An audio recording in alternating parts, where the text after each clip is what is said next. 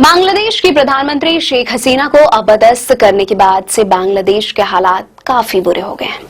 वहां न तो अल्पसंख्यक हिंदू सुरक्षित हैं और न ही लोगों का व्यवसाय सुरक्षित है। तख्ता पलट से बांग्लादेश का गारमेंट्स उद्योग भी बुरी तरह प्रभावित हुआ है। वहां फैक्ट्रियां बड़ी संख्या में बंद हो गई हैं, मजदूरों को वेतन भी नहीं मिल पा रहा है। अब सेना प्रमुख वकार उज-जमा ने आशंका जताई है कि बांग्लादेश में बड़े आतंकवादी हमले हो सकते हैं। बांग्लादेश में एक बार फिर तख्ता पलट की खबरें भी चल रही हैं।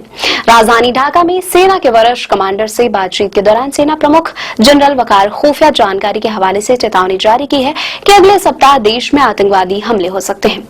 वकार के बयान को इसलिए भी महत्वपूर्ण माना जा रहा है क्योंकि बांग्लादेश में चुनाव को लेकर भी चर्चाएं तेज हो चुकी हैं। वकार ने सैन्य अधिकारियों को सतर्क रहने के लिए कहा है। हालांकि आंतरिक सरकार की ओर से इस संबंध में कोई आधिकारिक बयान अभी तक सामने नहीं आया है। बताया जा रहा है कि वकार ने अमेरिकी सीनेटर्स के साथ हुई बैठक का भी जिक्र किया। वहां बांग्लादेश में बढ़ते चरमपंथ का मुद्दा प्रमुखता से उठाया था।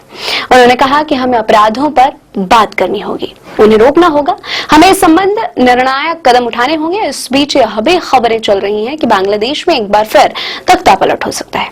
कहा जा रहा है कि सेना मोहम्मद यूनुस को सत्ता से बेदखल कर सकती है। दरअसल छात्रों के नवगठित राजनीतिक दल एनसीपी के इस आरोप से बांग्लादेश में खलबली मची हुई है।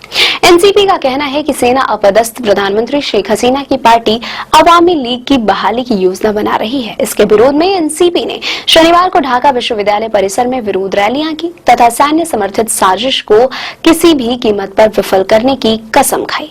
छात्रों ने शेख हसीना और उनके साथियों को मुकदमा चलाकर फांसी देने की भी मांग की। हालांकि सेना ने एनसीपी द्वारा लगाए गए आरोपों को खारिज कर दिया कि सेना अपदस्थ प्रधानमंत्री शेख हसीना के अवामी लीग की बहाली की योजना बना रही है। हालांकि सेना ने इन आरोपों को हास्यास्पद और मनगढ़ंत कहानियां बताया है।